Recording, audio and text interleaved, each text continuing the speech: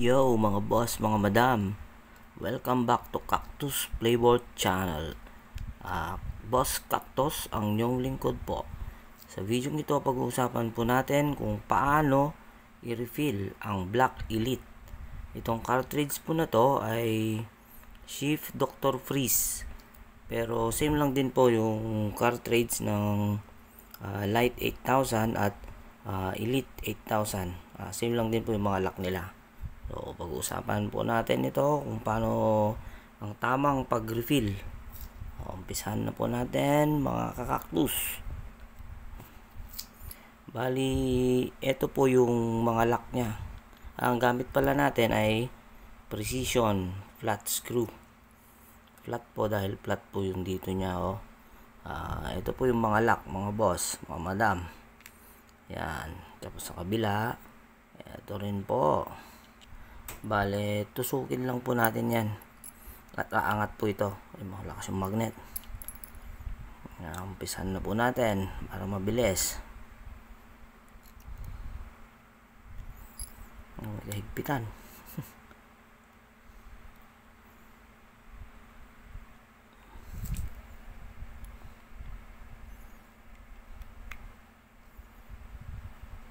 Yun. Angat. Iangat lang po natin yan, mga boss, mga madam. Yan.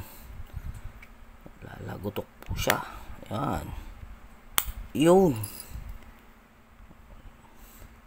Alisin na po natin tong takip.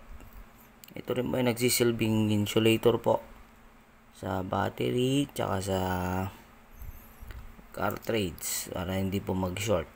Ito po, meron po siyang wire. Dito po nakakonect yung sa battery po para gumana po yung heating coil. At pag nabuksan nyo na po ito, bali dahan-dahan lang pong iangat po itong seal po nya, yung rubber seal. Dahan-dahan lang pong iangat.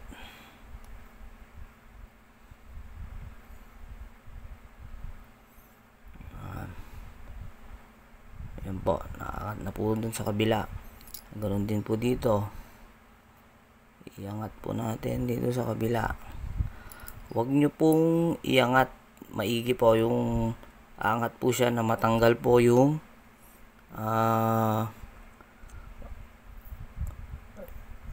yung coil po nya.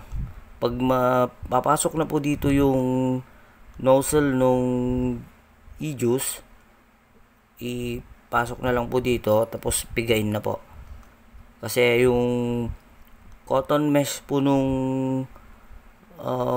cartridge na to masisira po, madi-disalign po siya at hindi po siya gaganang maigi.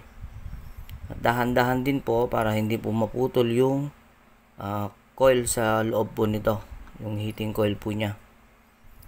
Subukan po natin lagyan. Ang ilagay po natin na ito, itong taro pa rin na to. Sabi ko nga sa isang video ko, pwede namang pagtiyagahan. Nandyan na po yan. Ayan, no choice. Ayan, marami-rami pa to. Shake po natin para maghalo. Ayan. Ayan po.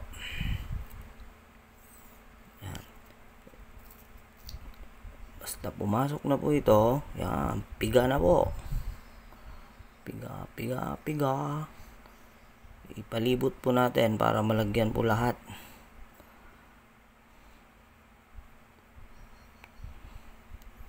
Sa kabila.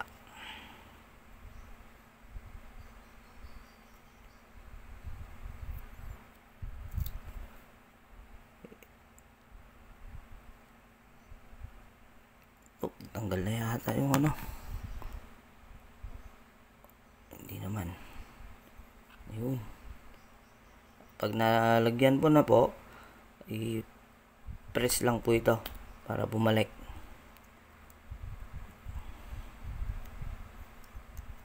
Yan. Ibalik na rin po yung takip.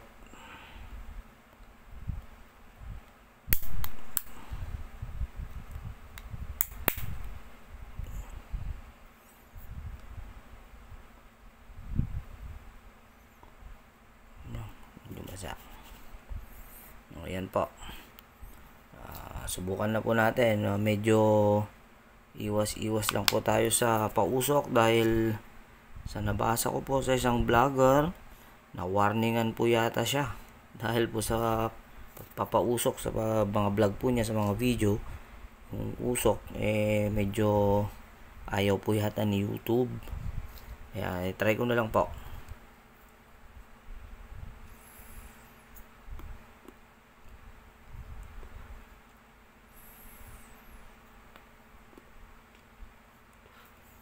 Okay po siya, mga boss, mga madam.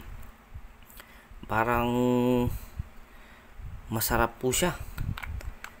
Parang ginusto ko na rin tong kasi sa unang video ko po, nung review ko po ito, parang sa lip ay naglagyan ko po na sa Flava Black Ox Bar. Parang hindi siya lumalabas yung lasa niya, pero dito po lumabas po yung lasa niya.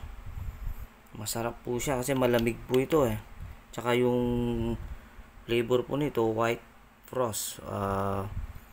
Hindi ako nagkakamali, vanilla ice po ito. Vanilla ice cream.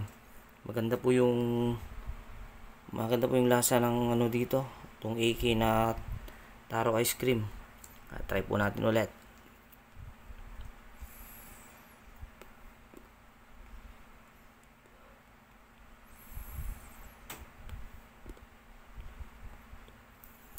Masarap nga po mga boss. So hanggang dito na lang mga boss. Please like naman, subscribe para sa ganahan po tayo sa paggawa ng video. Joke lang. Pero ganun na nga po, para naman po pampalubag loob. Sige po, hanggang dito na lang po. Pinagpalang araw po sa ating lahat, mga kakaktus, mga boss at mga madam. Bye bye. God bless.